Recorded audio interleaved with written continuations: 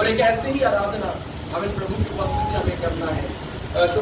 शुक्रवार को जब हम टाटा कॉलोनी में थे और वहाँ पर जब हम प्रार्थना में जब हम सब पाए जाते थे, प्रभु का धन्यवाद, उस दिन सोनम और बहन सुनीता भी यहाँ पर आए और उन्होंने आशीष को पाया।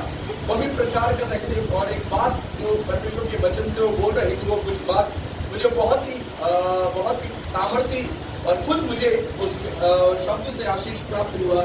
वो कह रहे थे कि जब हम प्रभु की आराधना करते हैं, केवल बाहर से आराधना नहीं करना, आत्मा से आराधना करना है, हृदय की गहराई से आराधना करना है। और एक व्यक्ति जब हृदय की गहराई से प्रभु की आराधना करता है, आत्मा से प्रभु की आराधना करता है, उसके जीवन में कितना भी बोझ क्यों ना हो, उसके जीवन में कितनी भी समस्या क्यों ना हो, उसके जीवन में कितने भी टेंशन क्यों ना हो, वो क्या हो जाता है, उन सब के होने के बावजूद भी अपने आप को कैसा महसूस करता है, बड़ा हल्का और बड़ा फ्री महसूस करता है। हालेलुया। और ये बात सत्य है, यह बात सत्य है। हम कई बार हम आराधना करते हैं, लेकिन आराधना में वो जो सच्चाई होनी चाहिए, हम कई बार क्या कर रहे हैं, आराधना के लिए हम आराधना कर रहे हैं, मतलब कि आराधना का समय है, गीत का समय, चलो हम गीत गाते हैं, वो आराधना नहीं।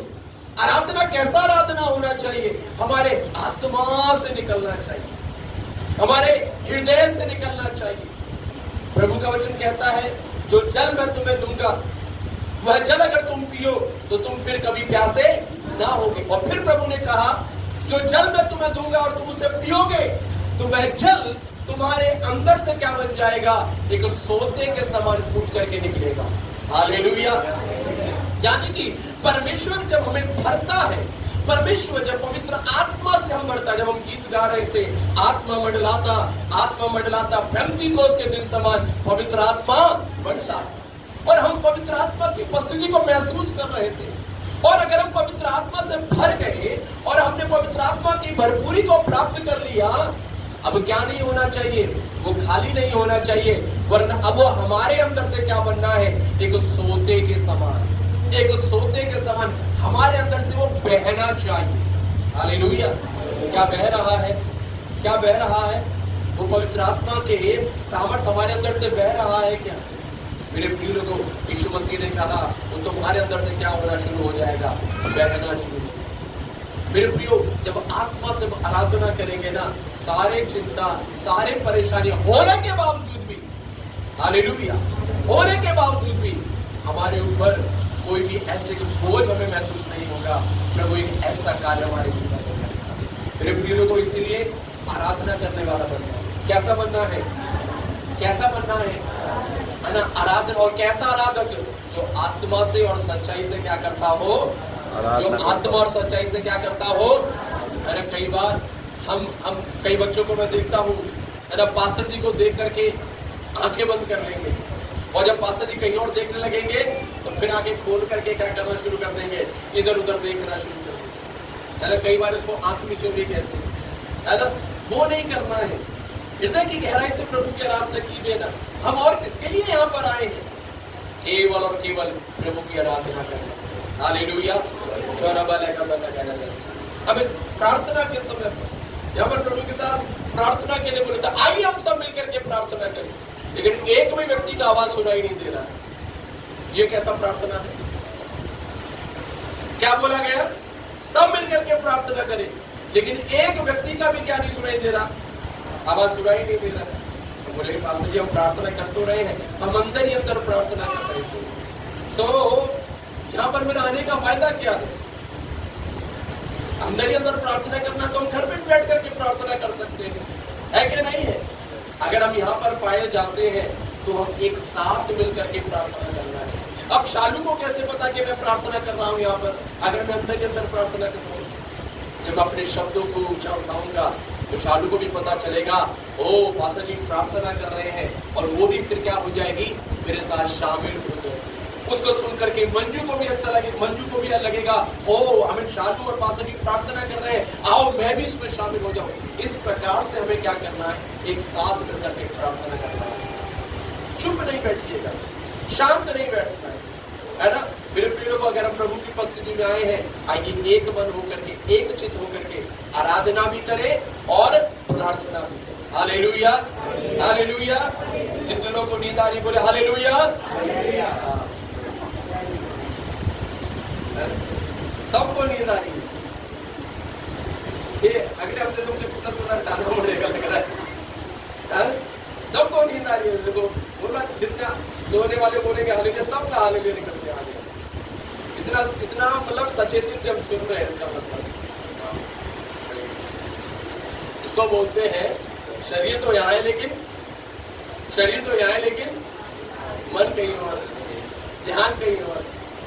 हमें मेरे को इधर उधर मन को नहीं लगाना। आज एक वचन मैं आपके बीच में लेकर के आना चाहता हूँ, जल्दी से मेरे साथ निकालिएगा। Praise God. व्यवस्था विवरण की किताब में हम जाएंगे। व्यवस्था विवरण की किताब उसका 32वां अध्याय और उसके 45 से लेकर के 47 तक हम जरा पढ़े।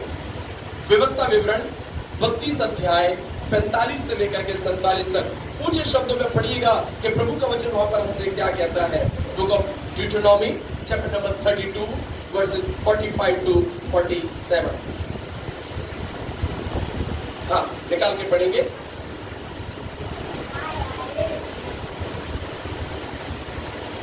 व्यवस्था विवरण की किताब 32 अध्याय 45 से लेकर के 47 तक।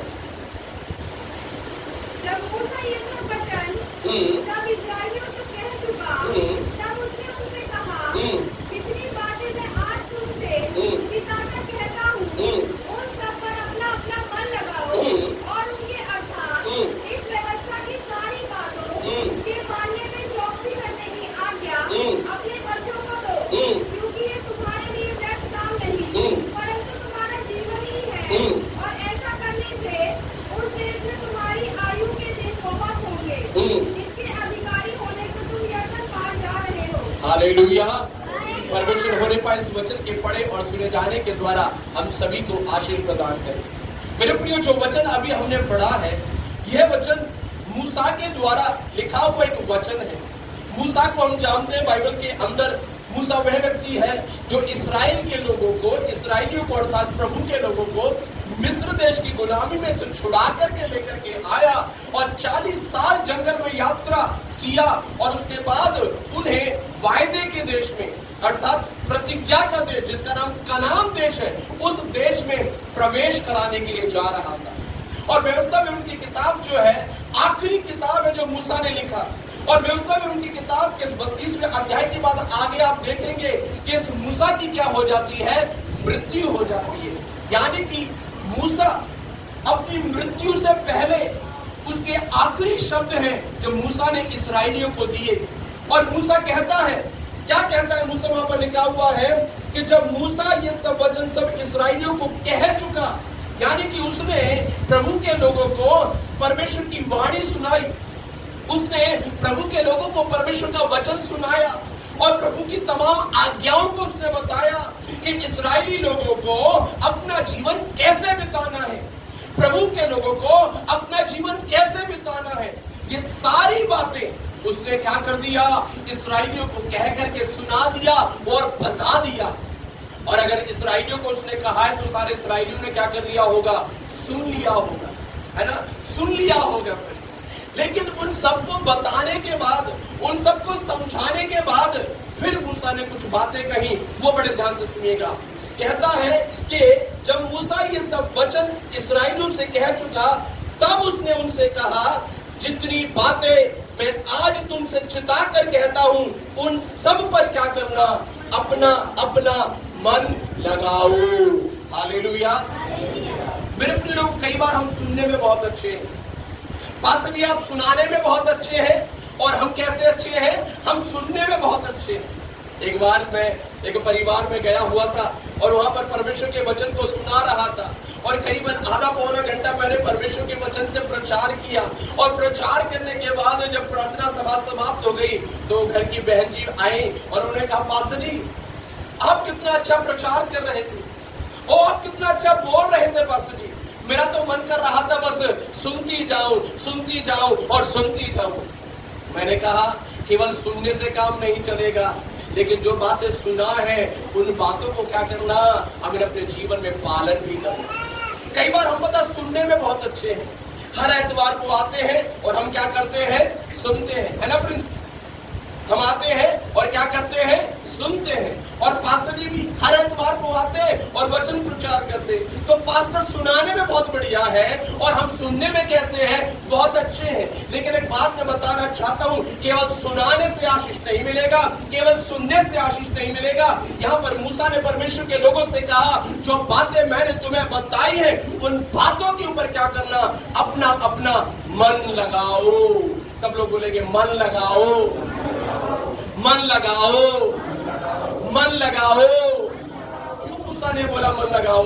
क्योंकि कई बार हमारा मन क्या नहीं है, वचन पर नहीं लगता है ना। हमें इसका मतलब हमारा मन कहां पर नहीं लगता है, वचन पर नहीं लगता है। और सत्य बात है, बाइबल पता है क्या कहती है मन के बारे में? बाइबल कहती है मन में तो क्या लगा हुआ है, असाध्य रोग लगा हुआ है। कैसा रोग है? असाध्य रोग है। हमें इसे कोई ठीक नहीं कर सकता। हमारे मन के अंदर एक बीमारी है, हमारे मन के अंदर ये परेशानी है। और वो क्या परेशानी है? एक गीतकार ने कहा, ये मन बड़ा चंचल है, कैसे मैं तेरा भजन करूं।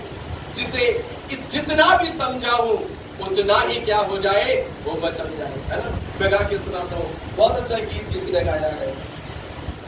ये मन बड़ा चंचल है, कैसे तेरा भजन करूं। ये मन बड़ा चंचल है, कैसे तेरा भजन करूं। इसे जितना मैं समझाऊं, इसे जितना मैं समझाऊं, उतना ही मचल जाए। यीशु तेरे चरणों की, यीशु तेरे चरणों की, जरा धूल जो मिल जाए, सच कहता हूँ प्रभु, सच कहता हूँ प्रभु। तकदीर बदल जाए, यीशु तेरे चरणों की। हालेलुया। तो क्या कहता है? मन क्या है? मन क्या है? क्योंकि मन बड़ा चंचल है, इसीलिए तो कई बार क्या करना पड़ता है, बार बार खींच के लेकर के आना पड़ता है। बार बार मन को क्या करना पड़ता है, खींच के लेके आने पड़ता है। कई बार मैं यहाँ से प्रचार करता हूँ, है ना। अब मुझे मालूम है कौन यहाँ पर है और कौन यहाँ पर नहीं है। फिर मुझे क्या करना पड़ता है, बार बार खींच के लेकर के आना पड़ता है, बार बार पकड़ के लेकर के आना पड़ता है। इसलिए मेरे प्रिय लोगों, प्रभु का वचन क्या बता रहा है हमें? जो वचन में आज तुम्हें सुनाता हूँ, उन वचनों पर क्या करो, अपना अपना मन लगाओ। मेरे प्रिय लोगों, क्या मतलब है मन लगाने का? क्या मतलब है मन लगाने का? जब हम भजन संहिता पढ़ते, निकालिएगा जरा भजन संहिता की किताब, भजन संहिता पहले अध्याय और उसके 2 और 3 में किस प्रकार से लिखा हुआ है। वहां पर प्रभु का वचन इस प्रकार से कहता है, भजन संहिता पहला और उसका 2 और 3 को जरा पढ़िएगा जल्दी से। परंतु मैं तो यहोवा की व्यवस्था से प्रसन्न रहता। किसके बारे में लिखा हुआ है? वो प्रभु के लोग के बारे में, एक धर्मी जन के बारे में लिखा हुआ है। कहता है कि धर्मी जन ना पापियों के मार्ग में खड़ा होता है, ना दुष्टों की युक्ति पर चलता है, ना ठट्टा करने वालों के बीच में बैठता है। तो कहां जाता है वो? कहां रहता है वो? कहां जाता है? बाइबल कहती है परंतु वह तो यहोवा की व्यवस्था से प्रसन्न रहता। देखो देखो, यहोवा की व्यवस्था से प्रसन्न रहता। और उसकी व्यवस्था पर क्या है ये व्यवस्था? ये व्यवस्था और कुछ नहीं है, ये व्यवस्था परमेश्वर का वचन है। एक परमेश्वर का जन, एक प्रभु के संतान, एक विश्वासी, एक धर्मी जन हमें इधर उधर बैठने में आनंदित नहीं होता है, ठट्टा करने वालों के बीच में बैठ करके आनंदित नहीं होता है। हमें हल्लेलुया, बेकार की बातें करने वाला, दुष्टता की बातें करने वाला, हमें ठट्टा हंसी मजाक करने वाला, उन लोगों के बीच में बैठ करके आनंदित नहीं होता है। कारण पता है क्या है? उसको आनंद मिलता है केवल और केवल परमेश्वर के वचन में। हालेलुया। आज हम अपने आप को जांचना है, आज हमें कहां पर खुशी मिलती है? आज हमें कहां पर खुशी मिलती है? हमें हालेलुया अपने दोस्तों के साथ हमें ज्यादा खुशी मिलती है, अपने रिश्तेदारों के साथ हमें ज्यादा खुशी मिलती है, अविश्वासियों के साथ बैठ करके इधर उधर की बेकार की बातें करने में हमें ज्यादा खुशी मिलती है, या हमें परमेश्वर की उपस्थिति में बैठकर संगति में आकर वचन सुनने में हमें खुशी मिलती है? बाइबल कहती है एक धर्मी जन ना हमें ठट्ठा करने वालों की मंडली में बैठता है, ना दुष्टों के मार्ग में चलता है, परंतु वह तो परमेश्वर की व्यवस्था से क्या रहता है? प्रसन्न रहता है, प्रसन्न रहता है। उसे परमेश्वर के वचन में खुशी मिलती है। और आगे क्या लिखा हुआ है? और उसकी व्यवस्था पर रात दिन ध्यान करता रहता है। देखो देखो देखो, और वे उसकी व्यवस्था पर क्या करता है? कब ध्यान करता है? कब ध्यान करता है? रात और दिन परमेश्वर की व्यवस्था के ऊपर ध्यान करता है। हम कितना ध्यान कर रहे हैं? हम कितना ध्यान कर रहे हैं? हमको जांचना पड़ेगा भाई। ये रात दिन परमेश्वर की व्यवस्था पर ध्यान करने का मतलब क्या है? मैं ये नहीं कह रहा हूं कि आप वचन को लेकर के बैठ जाइए और उसके ऊपर ध्यान करिए, वो वाला ध्यान नहीं। रात दिन परमेश्वर के वचन पर ध्यान करने का मतलब है एक प्रभु का जन हमें जब अपनी नौकरी के स्थान पर भी होता है, जब वो रास्ते में भी होता है, जब वो हमें प्रेस पर अपना काम भी कर रहा होता है, या प्रभु की बेटी जब रसोई में भी होती है, तो भी वो किसके बारे में सोचती रहती है? परमेश्वर के वचन के बारे में सोचती है। इस एतवार को मैंने क्या वचन सुना था? ओ प्रभु के दास ने हमें क्या बताया था? परमेश्वर का वचन हमसे क्या कहता है? प्रभु का वचन हमें ऐसे करने के लिए कहता है, प्रभु का वचन वैसे करने के लिए कहता है। हमें से कितने लोग इस प्रकार से परमेश्वर के वचन के बारे में सोचते हैं? एक बार यहाँ से जाने के बाद क्या हो जाता है? वचन और बाइबल को भी साइड में रख देते हैं और वचन को भी क्या कर देते हैं, है ना? फिर उसके बाद सीधा बाइबल कब मिलता है? अगले एतवार। समझ पा रहे हैं क्या? प्रभु का वचन हमें क्या सिखा रहा है? आमीन, प्रेज़ लॉर्ड। प्रभु ने कहा कि एक प्रभु का जन परमेश्वर की व्यवस्था से प्रसन्न रहता और रात दिन उस पर क्या करता है? ध्यान करता। और आगे पढ़िएगा क्या लिखा हुआ है? वह उस वृक्ष के समान है। आमीन, एक ऐसा व्यक्ति, एक प्रभु का जन जो परमेश्वर के वचन के ऊपर ध्यान करता है, यानी कि प्रभु के वचन को हमेशा सोचता है, प्रभु के वचन के बारे में हमेशा विचार करता है, उसके मन के अंदर प्रभु का वचन रहता है, उस व्यक्ति के बारे में लिखा हुआ है वह एक ऐसे वृक्ष के समान है जो बहती नालियों के किनारे लगाया गया, जिसके पत्ते कभी मुरझाते नहीं, और वह व्यक्ति अपनी ऋतु में क्या लेकर के आता है? फल लेकर के। Hallelujah, hallelujah. आज कई बार हमारे जीवन में फल क्यों नहीं है? कई बार आज हमारे पत्ते क्यों मुरझा जाते हैं? समस्या आते ही, परेशानी आते ही क्यों हमारा चेहरा मुरझा जाता है? क्यों हम मुरझा जाते हैं? कारण पता है, कहीं ना कहीं क्या नहीं है? वचन हमारे अंदर नहीं। क्या नहीं है? बाबू लोग पास जी, हम तो इतना सारा वचन जानते हैं। बिल्कुल हम जानते तो हैं, लेकिन कभी उस वचन के ऊपर मनन करते हैं क्या? मेरे प्रिय लोगों, ये प्रभु हमें अपना वचन क्यों देता है? प्रभु हमें अपना वचन क्यों देता है? ताकि जब समस्या आए तब हम उस वचन को क्या कर सके? याद कर सके, और याद करके उस वचन के ऊपर मनन करने पाए। मेरे प्रिय लोगों, एक व्यक्ति जो परमेश्वर के वचन के ऊपर क्या करता है? ध्यान करता है, हमें उसके ऊपर मनन करता है, वो व्यक्ति उस वृक्ष के समान है जो बहती नालियों के किनारे क्या किया गया है? लगाया है, जिसके पत्ते कभी क्या नहीं होंगे? मुरझाएंगे। समस्या आएगी, कड़ी धूप आएगी, हमें आंधी भी आ सकती है, बहुत कुछ आएगा, लेकिन उसके पत्ते कभी क्या नहीं होंगे? मुरझाएंगे। कारण पता है क्या है? क्योंकि वो बहती नाली के किनारे लगाया है। आपने देखा होगा, एक नदी के किनारे पर लगाया हुआ पेड़ हमेशा कैसा रहता है? हमेशा कैसा रहता है? हरा भरा रहता है। आंधी आता है, कड़ी धूप पड़ती है, बाकी पेड़ मुरझा जाते हैं, लेकिन एक नदी के किनारे लगाया हुआ वृक्ष जो है वो हमेशा हरा भरा रहता है। वैसे ही मेरे प्रियो, जब हम प्रभु के वचन के ऊपर रात दिन ध्यान करते हैं, जब हम परमेश्वर के वचन के ऊपर विचार करते हैं, परमेश्वर के वचन के बारे में जब हम सोचते हैं, हम भी कैसे बन जाते हैं? उस वृक्ष, हरे वृक्ष के समान बन जाते हैं, और हम क्या लेकर के आना शुरू कर देते हैं? फल लाना शुरू करते हैं। हालेलुया। यही बात है जब हम पढ़ते हैं यहोशू की किताब, जरा जल्दी से निकालिएगा यहोशू की किताब और उसके 8वें वाक्य में आइएगा। परमेश्वर ने यहोशू से क्या कहा? यहोशू की किताब पहला अध्याय उसका 8वां वाक्य, जल्दी से कोई पढ़ के सुनाइएगा, जल्दी से। यहोशू 1:8। हाँ, देखो परमेश्वर, यहोशू जो परमेश्वर का दास था, प्रभु ने यहोशू से भी क्या कहा? प्रभु कह रहे कि व्यवस्था की ये पुस्तक तेरे चित्त से कभी ना उतरने पाए।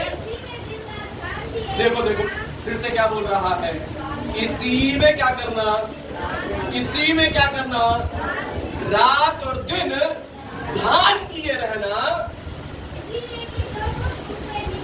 इसलिए कि जो कुछ उसमें लिखा है उसके अनुसार तू करने की चौकसी करे। और आगे, क्योंकि ऐसा ही करने से तेरे, हालेलुया, ऐसा ही करने से तेरे सारे काम क्या होंगे, हालेलुया। मेरे प्रिय लोगों, क्या आप और मैं चाहते हैं कि परमेश्वर हमें सफलता दे? कई बार हम अपने जीवन में बहुत सी मेहनत तो कर रहे हैं, लेकिन कामयाबी हासिल नहीं होती है।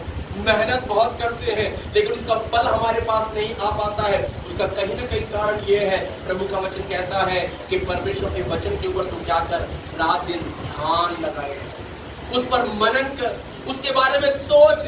ये व्यवस्था की पुस्तक तेरे चित्त से कभी क्या ना होने पाए, उतरने ना पाए। जब तू दोस्तों के साथ हो तब भी तेरे मन के अंदर वचन हो, जब तू अपनी नौकरी के जगह पर हो तब भी तेरे मन के अंदर वचन हो, जब तू अपने गांव में भी चला जाए वहां पर भी तेरे अंदर क्या होना चाहिए, वचन होना चाहिए। कई बार जब हम कलीसिया से दूर, पास्टर से दूर चले जाते हैं, हमको लगता है वो यहाँ पर तो कोई है नहीं, ना कलीसिया के लोग हैं, ना यहाँ पर पास्टर है। और कई बार वहां पर हम वचन को और परमेश्वर की बातों को एक तरफ कर देते हैं। मेरे प्रिय लोगों, परमेश्वर ने यहोशू से कहा, व्यवस्था की पुस्तक तेरे चित्त से उतरने ना पाए। रात दिन उस पर क्या करना, ध्यान करना, और ऐसा ही करने से क्या होगा, तेरे सारे काम सफल होंगे। मेरे प्रिय लोगों, आज इस सुबह के समय मैं आपको प्रोत्साहित करना चाहता हूँ, अपने मन को किसके ऊपर लगाइए, वचन पर लगाइए। अपने मन को वचन पर लगाइए। आज संसार में बहुत सारी चीजें हैं मन लगाने के लिए, है ना। अब बाइबल पढ़ने बैठेंगे, तुरंत हमारे मन को, हमारे ध्यान को फोन खींच लेगा, तुरंत हालेलुया हमारे मन हमारे ध्यान को व्हाट्सएप खींच लेगा, और अन्य सारी। एक बार फोन हाथ में पकड़ा तो ऐसा कहते हैं कि फोन हमें पकड़ लेता है, फिर वो हमसे छूटेगा नहीं। फिर एक चीज खोलेंगे, फिर दूसरा खोलेंगे, फिर तीसरे में जाएंगे, और अब तो क्या हो गया है, एक रील चलाया, खत्म होते दूसरा अपने आप आ जाएगा, फिर तीसरा अपने आप आ जाएगा, फिर चौथा अपने आप आ जाएगा, बाइबल साइड में लगा रहेगा। लेकिन हम किस में लग गए, समझ पा रहे हैं क्या? आज संसार के अंदर बहुत सारी चीजें हैं हमारे ध्यान को क्या करने के लिए, खींचने के लिए, आकर्षित करने के लिए। लेकिन एक प्रभु का जन होने के नाते परमेश्वर का आत्मा, प्रभु का वचन ये कह रहा है कि हमारा मन किस में लगा होना चाहिए, वचन में लगा होना। वचन में हमें अपने मन को लगा। जल्दी से आगे बढ़ेंगे, एक और वचन हम पढ़ेंगे, कुलुस्सियों 3:2 में जरा क्या पढ़िएगा कि प्रभु का वचन क्या कहता है। कुलुस्सियों की किताब उसका 3 अध्याय उसका 2 वाक्य में प्रभु का वचन क्या कहता है, जल्दी से हम पढ़ेंगे। Epistle to Colossians chapter number 3 verse number 2, कुलुस्सी की पत्री 3 अध्याय 2 वाक्य जी। हाँ, देखो देखो देखो क्या कहता है, पृथ्वी पर की नहीं परंतु स्वर्गीय वस्तु की ओर क्या करना है, ध्यान लगाना है। आज हमारा ध्यान अधिकतर, हमारा ध्यान, हमारा मन, हमारा समय, हमारी ऊर्जा हम किसके लिए खर्च कर रहे हैं, पृथ्वी की बातों के लिए, है कि नहीं?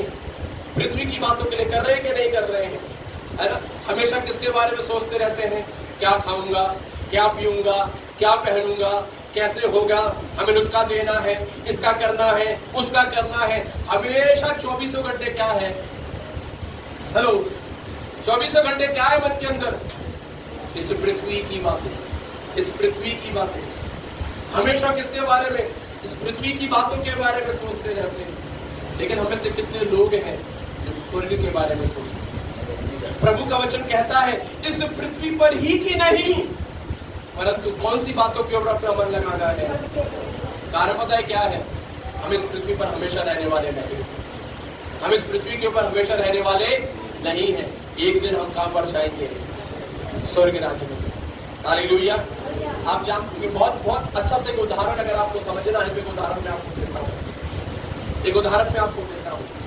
एक लड़की जब उसका सगाई हो जाता है ना, सुनिएगा बड़े ध्यान से, जब एक लड़की का सगाई हो जाता है और उसका शादी तय हो जाता है, उसका सगाई हो गया, अब वो अपने घर में रहती तो है लेकिन वो 24 घंटे किसके बारे में सोचती रहती है, किसके बारे में, ससुराल के बारे में। मैं जाऊंगी, मैं कैसे रहूंगी, मैं क्या क्या करूंगी, कैसे मुझे अपना जीवन रखना है। और अपने ससुराल के हिसाब से, और जैसे जैसे उनको पता लगता रहता है कि मेरे ससुराल के लोग ऐसे हैं, मेरी सासू माँ ऐसी है, मेरे ससुर ऐसे हैं, मेरा जेठ ऐसे है, मेरे देवर ऐसे हैं, मेरी देवरानी ऐसी है। जैसे जैसे उसको उसके बारे में पता चलता रहता है, वैसे वैसे वो अपने आप को क्या करती है, तैयार करती है। अपने आप को मेंटली वो प्रिपेयर करती है, अपने आप को फिजिकली वो प्रिपेयर करती है और अपने आप को तैयार करती है ताकि उस घर में वो क्या कर सके, जा करके रह सके। मेरे प्रिय लोगों, वो रह कहां पर रही है, अपनी माँ के घर में, अपने मायके में है, लेकिन 24 घंटे किसके बारे में सोचती रहती है, किसके बारे में सोचती रहती है? ठीक वैसे ही हम इस पृथ्वी पर तो रह रहे हैं, लेकिन इस पृथ्वी के बारे में अब ज्यादा मत सोचिएगा, इस पृथ्वी के बारे में अब ज्यादा मत सोचिएगा, हमें स्वर्ग के बारे में सोचिएगा। हमें हालेलुया। अभी हम पहला गीत हमने गाया, नीले आसमां के पार जाएंगे, मेरा यीशु रहता वहां, हम मिलेंगे बादलों पर, देखेगा सारा जहां। मेरे प्रिय लोगों, मैं और आप यीशु के साथ बादलों पर उठा लिए जाने वाले हैं। मैं और आप यीशु के साथ स्वर्ग राज्य में, परमेश्वर के राज्य में रहेंगे। इसलिए हम इस पृथ्वी की बातों पर ही नहीं, इस पृथ्वी की बातों के बारे में नहीं, परंतु स्वर्ग के बारे में, आत्मिक बातों के बारे में आइए हम सोचना शुरू करें, हम विचारना शुरू करें और अपने आप को उस स्वर्ग राज्य के लिए क्या करें, तैयार करें। अपने आप को स्वर्ग राज्य के लिए क्या करें, तैयार करें। कौन जाएगा परमेश्वर के राज्य में? हर कोई चला जाएगा? यीशु ने कहा, हर कोई जो मुझे हे प्रभु कहता है, मैं उनसे कहूंगा कि मैं तो तुमको जानता भी नहीं हूं। यस, यीशु ने कहा, हर कोई जो मुझे क्या कहता है, हे प्रभु कहता है, प्रभु यीशु ने कहा, मैं उनसे कह दूंगा कि मैं तुम्हें जानता भी नहीं हूं। मेरे प्रिय लोगों, हम बोलेंगे, हे प्रभु हम तो आप पर विश्वास करते हैं, हम तो कलीसिया में जाते हैं। आपको क्या लग रहा है, हर एक व्यक्ति जो कलीसिया में जाता, हर एक व्यक्ति जो हे प्रभु हे यीशु बोलता, वो परमेश्वर के राज्य में जाएगा? नहीं। कौन जाएगा परमेश्वर के राज्य में? कौन जाएगा स्वर्ग के राज्य में? जिसने अपने आप को क्या किया है, तैयार किया। जिसने अपने आप को क्या किया है, तैयार किया है। क्या आज हम अपने आप को तैयार कर रहे हैं परमेश्वर के राज्य में जाने के? हमें तो टाइम ही नहीं है वहां के बारे में सोचने के लिए। हमें यहाँ की बातों से ही क्या नहीं है, फुर्सत ही नहीं है। इसकी शादी खत्म हुआ तो अब इसका शादी, इसका काम खत्म हुआ तो अब उसका काम, एक बेटा बड़ा हुआ तो अब दूसरे को पालन पोषण करना है, इसका फीस खत्म हुआ तो अब दूसरे वाले का भरना है। एक के बाद क्या आता रहता है, चीजें आती रहती, और मेरे प्रिय लोग आती रहेगी। लेकिन याद रखिएगा, हमें केवल इन्हीं बातों की ओर ध्यान नहीं लगाना है, हमें स्वर्ग राज्य की ओर ध्यान लगाना है, हमें स्वर्ग राज्य की ओर ध्यान लगाना है। पिछले सप्ताह भी हम प्रभु के वचन को सुन रहे थे। प्रभु का वचन कहता है, हमें संसार में तो है, लेकिन हमें संसार के नहीं है। हालेलुया। इसलिए मेरे प्रिय लोगों, मैं ये नहीं कह रहा हूं कि संसार की बातों के बारे में सोचिए मत, प्रार्थना करें, उन बातों के बारे में हमें चिंता ना करें, प्रभु के हाथों में सौंप दे, लेकिन हमारा ध्यान, हमारा मन कहां पर होना चाहिए, स्वर्ग। आपको मालूम है यीशु मसीह ने क्या कहा? सुनेगा बड़े ध्यान से। यीशु मसीह ने कहा, अपने लिए, सुनना अंजू, अपने लिए स्वर्ग में धन इकट्ठा करो, पृथ्वी पर नहीं, कहां पर? स्वर्ग में धन इकट्ठा करो, क्योंकि जहां पर तुम्हारा धन होगा वहीं पर तुम्हारा मन होगा। Hallelujah, hallelujah. हम कहां पर इकट्ठा करने में लगे पड़े हैं? हम कहां पर इकट्ठा कर रहे हैं? मिथिलेश्वर कहां इकट्ठा कर रहे हैं?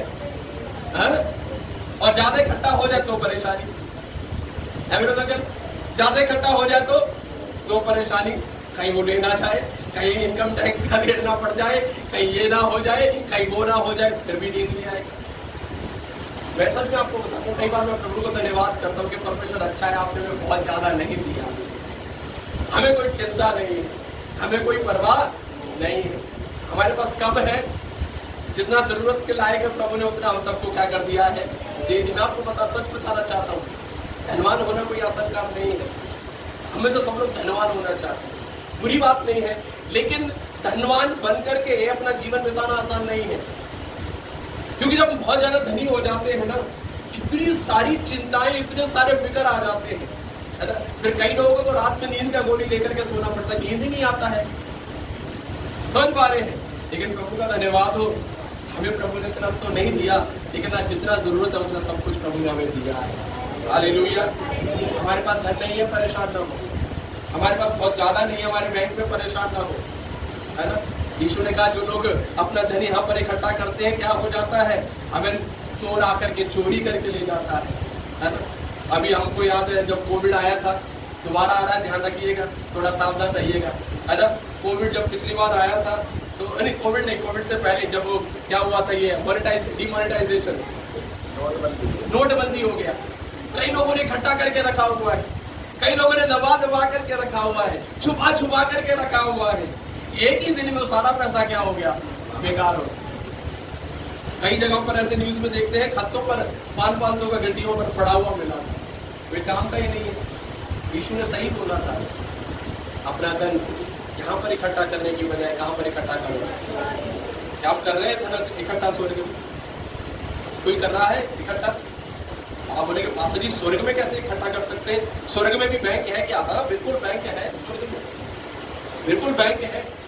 यीशु ने कहा जो जो जब मैं और आप प्रभु के लिए, प्रभु के नाम के लिए जो कुछ यहाँ पर बोते हैं ना, वो कहाँ पर इकट्ठा होता है? हालेलुया। आप प्रभु के नाम के लिए जो भी करते हैं ना, चाहे एक गिलास पानी भी अगर आप प्रभु के नाम से किसी को पिलाते हैं, जब आप कलीसिया के लिए कुछ भी खर्च भी करते हैं, जब आप प्रभु के लिए दान और दशमांश को चढ़ाते हैं, जब आप प्रभु के लिए लोगों की सेवा करते हैं, जब आप प्रभु के दासों की सेवा करते हैं, जब आप कलीसिया के लोगों की सेवा करते हैं, ये सारा कहां पर इकट्ठा हो रहा है? ये सारा कहां पर इकट्ठा हो रहा है? Hallelujah, hallelujah. और ये सब स्वर्ग में इकट्ठा हो जाएगा।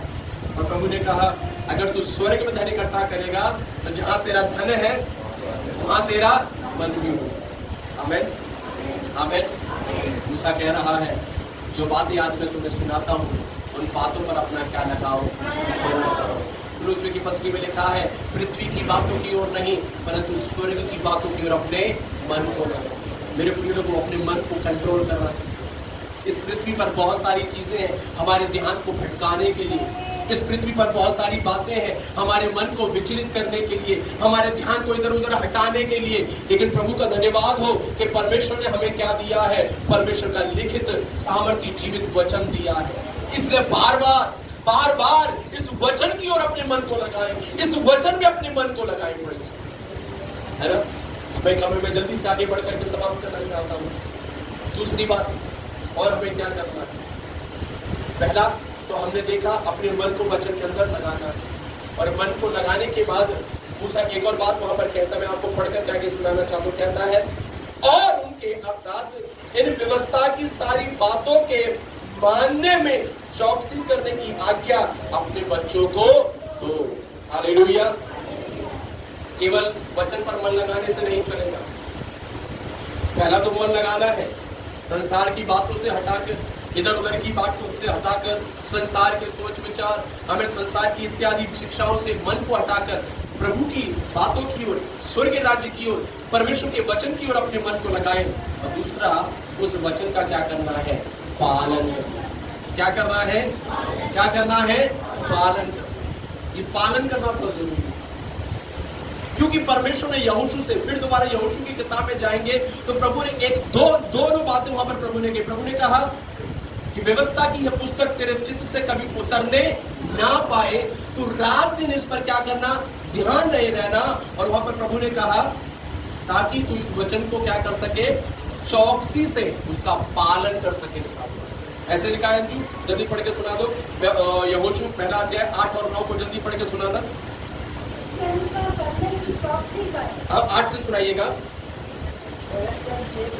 व्यवस्था की यह पुस्तक तेरे चित्त से कभी ना उतरने पाए, इसमें ध्यान धरे रहना, इसलिए कि जो कुछ इसमें लिखा है उसके अनुसार करने की तू, बस उसके अनुसार करने की तू क्या करे? चौकसी करे। केवल रात दिन ध्यान नहीं देना है, केवल रात दिन सोचते ही नहीं रहना है, वरन जो वचन में और आप सुनते हैं, जो वचन में और आप पढ़ते हैं, जो वचन मैंने और आपने प्राप्त किया है, उस वचन की क्या करना? नहीं, ध्यान से नहीं पढ़ रहे हैं। उस वचन का पालन करने की क्या करना? चौकसी करना। अभी तो चौकसी को एक मिनट छोड़ दीजिएगा, पहला तो पालन करना है, पालन करना है उस वचन को। आज कई बार हमारे जीवन में क्या नहीं है? आज्ञा पालन नहीं है। प्रभु यीशु मसीह ने जब कहा कि जो लोग मुझे हे प्रभु कहते हैं, मैं उनसे कह दूंगा कि मैं तुम्हें नहीं जानता। क्यों प्रभु ने ये कहा? क्यों प्रभु ने ये कहा? अगर आप आगे पढ़ेंगे तो वहां पर लिखा हुआ है, प्रभु यीशु ने कहा, यदि तुम मेरे पिता की आज्ञा का पालन नहीं करते तो मुझे हे प्रभु क्यों कहते हो? जब तुम मेरी बात मानते ही नहीं, जब तुम मेरी आज्ञाओं का पालन करते नहीं, तो काय बात का प्रभु? समझ रहे हैं? जब तुम मानते ही नहीं, जब तुम आज्ञा का पालन करते नहीं, बस सुन करके, सुनते तो बहुत हो और सोचते भी शायद हो और शायद मनन भी करते हो, लेकिन मनन करने के बाद, सोचने के बाद भी मानते नहीं। इसलिए प्रभु ने कहा, मैं कह दूंगा कि मैं तुम्हें नहीं जानता। मेरे प्रिय लोगों, पहला मैंने आपको बताया कि परमेश्वर के वचन के ऊपर मनन करना है, और दूसरा उस वचन का क्या करना है? पालन करना। क्या करना है? पालन करना। लेकिन यहोशू से परमेश्वर ने पता केवल इतना ही नहीं बोला कि पालन करना। प्रभु कह रहे हैं वचन के अनुसार करने की चौकसी करना। ये चौकसी का मतलब क्या होता है? ये चौकसी का मतलब क्या होता है? मतलब हमेशा सोचते रहना कि क्या मैंने परमेश्वर की वचन का पूरा पालन किया है या नहीं, क्या मैंने परमेश्वर को पूरी रीति से माना है या नहीं। आज हम 10 में से 1 या 2 का भी पालन कर ले तो ही कभी सोचते मैंने बहुत बड़ा काम कर दिया, राइट? हम 10 आज्ञा में से 1 या 2 का भी पालन कर ले तो हम क्या सोचते हैं कि मैंने तो पूरी बाइबल क्या कर ली? पालन कर ली। मैंने पूरी बाइबल का क्या कर दिया? पालन कर दिया। लेकिन प्रभु ने बोला यहोशू से कि रात दिन इस पर ध्यान करना और इस बात की चौकसी करना कि तू मेरे वचन का पालन कर रहा है या नहीं। चौकसी का मतलब होता है हमेशा सोचना कि क्या तूने मेरे वचन का पूरी रीति से पालन किया कि नहीं। हमें से कई लोग परमेश्वर के वचन का पालन करते हैं, है ना? बाइबल में घटना हम पढ़ते हैं। कितने लोग शाऊल को जानते हैं? शाऊल को जानते हैं? शाऊल, एक बार शाऊल को परमेश्वर ने आज्ञा दी, याद होगा किसी को मैंने बताया था पहले। क्या आज्ञा दी परमेश्वर ने शाऊल को? परमेश्वर ने शाऊल से कहा जा और अमालेकियों से जाकर के क्या कर? युद्ध लड़, और उनके शहर में, उनके नगर में जितने भी लोग तुझे मिले उन सबको क्या कर देना? नाश कर देना, और पूरे शहर को जला करके फूंक देना, राजा को भी खत्म कर देना, जीव जंतु जो भी है वहां का उस सबको खत्म कर देना। शाऊल गया परमेश्वर की आज्ञा के अनुसार, और जाकर के शाऊल ने क्या किया? उस अमालेक के नगर को जीत लिया, राजा को भी जीत लिया। लेकिन क्या किया मालूम है?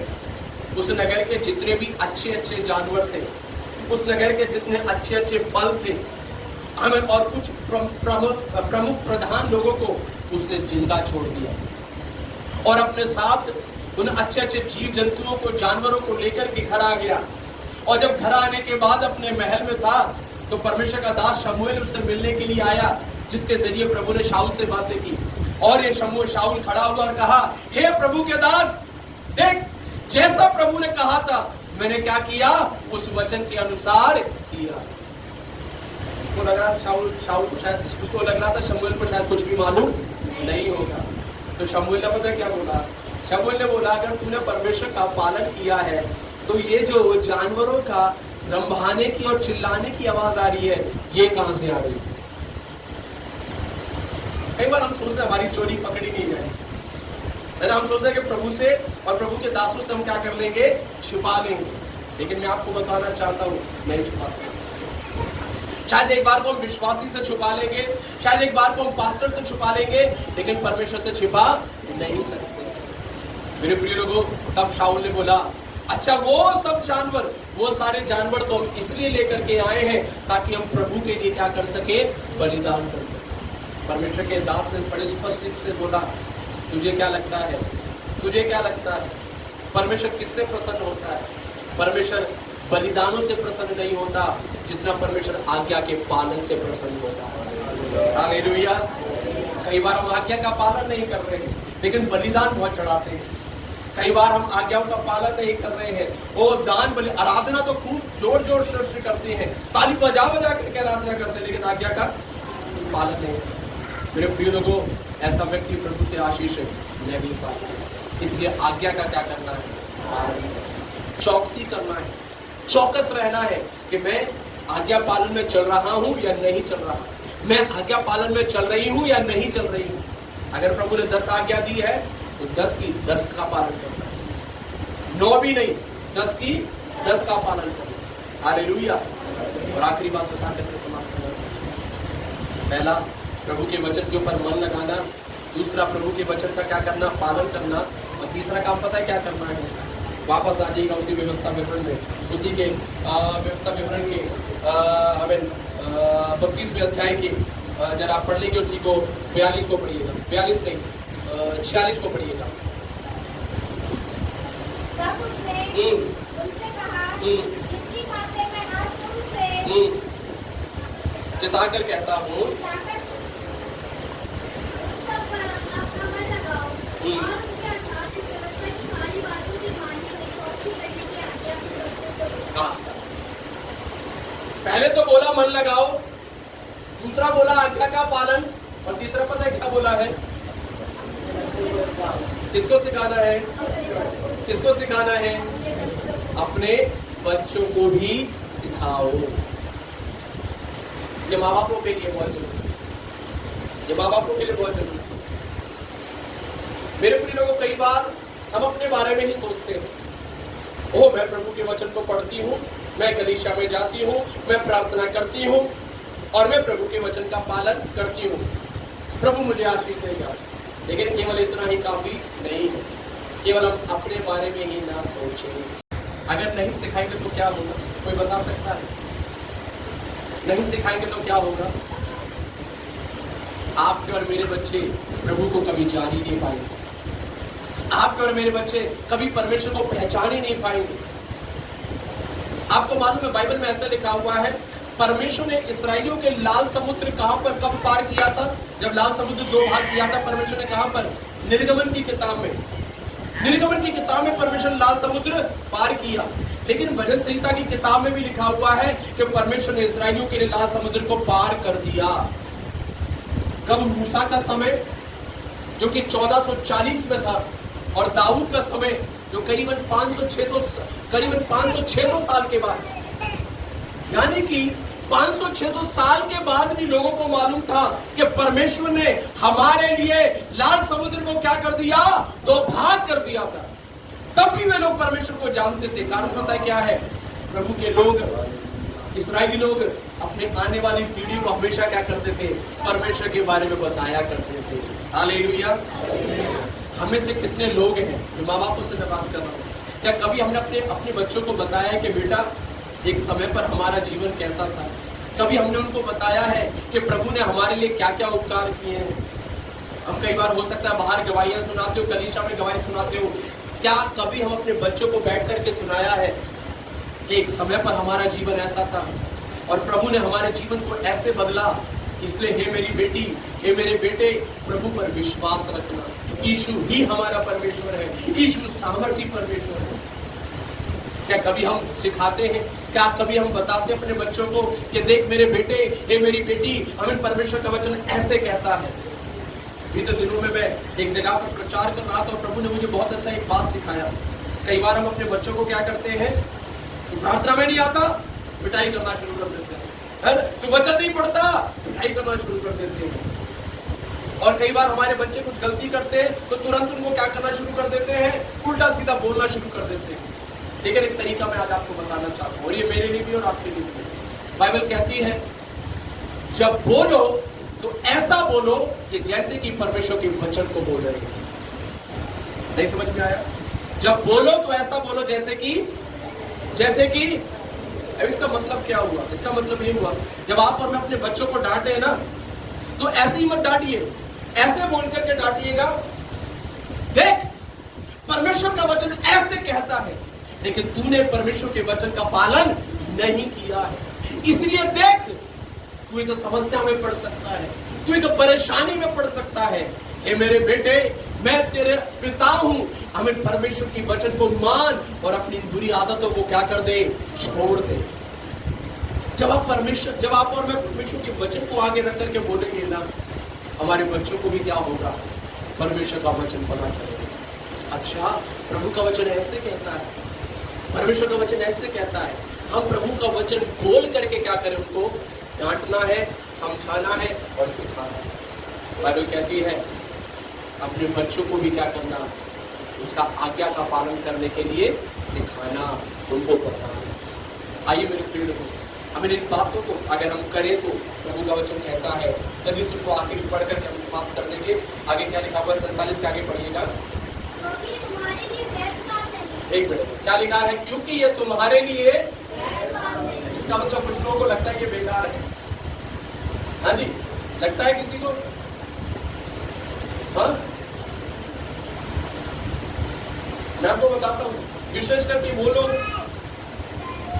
जो अपने आप को ईसाई कहते हैं, उनको लगता है कि संडे चर्च में जाना, बाइबल पढ़ना, प्रार्थना करना, संगति में जाना, उनको क्या लगता है, ये सारी चीजें क्या लगती है, बेकार।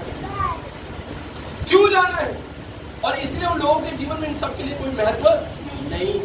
लेकिन प्रभु का वचन आज हमें यहाँ पे क्या कह रहा है, ये सारी काम क्या नहीं है, दोबारा से पढ़ना बेटा, क्योंकि ये तुम्हारे लिए व्यर्थ काम नहीं है, परंतु क्या बोला, ये तुम्हारा क्या है, हमारा जीवन। प्रशांत समझ में आ रहा है क्या कह रहे हो प्रभु?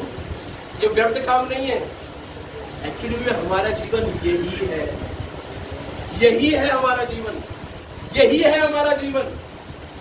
जैसे एक मछली को जिंदा रहने के लिए क्या चाहिए, है ना, पानी बाहर निकालो तो क्या हो जाएगी, मर जाएगी, पानी में डालो तो है कि नहीं है। ठीक वैसे ही प्रभु के लोगों के लिए वचन, संगति, प्रार्थना, कलीसिया, आराधना, यही माहौल हमको चाहिए। जब हम इस माहौल में रहेंगे तो हम जीवित रहेंगे। और आगे प्रभु ने वही बोला, आगे पढ़ना बेटा, यही तुम्हारा जीवन है और ऐसा करने से उस देश में तुम्हारी आयु के दिन कैसे होंगे, यानी कि तुम जियोगे, तुम लंबा जियोगे, तुम दीर्घायु को प्राप्त करोगे, तुम परमेश्वर के वायदे के देश में प्रवेश करने पाओगे। हालेलुया। मैंने कहा ना, जैसे मछली पानी से बाहर निकाल दो तो ज्यादा दिन जी पाएगी, वैसे ही एक विश्वासी, एक प्रभु के जन, अगर उसके जीवन में संगति नहीं, प्रार्थना नहीं, कोई आराधना नहीं, कलीसिया नहीं, उसका जीवन भी पता कैसा हो जाता है, बेकार हो जाता है। वो कभी प्रभु की आशीष को अनुभव नहीं कर पाता, वो हालेलुया परमेश्वर के वायदों के पूर्तिकरण को नहीं देख पाता। लेकिन एक व्यक्ति अपना जीवन इसमें दिखाए। आज आपको और मुझे सोचना है, कहाँ है आपका जीवन? बाइबल कहती है यही है आपका जीवन। वचन में जीवन बिताना, उस पर मन लगाना, उस पर ध्यान करना, प्रभु की कलीसिया के साथ जुड़े रहना, प्रभु के लोगों के साथ रहना, संगति में रहना, दुआ प्रार्थना में रहना, वही है हमारा जीवन। आज आप अपना जीवन कहाँ खोज रहे हैं? आज आप अपना जीवन कहाँ खोज रहे हैं? आइए अपने आप को जांचिए, अपनी उपस्थिति में खड़े हुए। Hallelujah, praise God, hallelujah, praise God.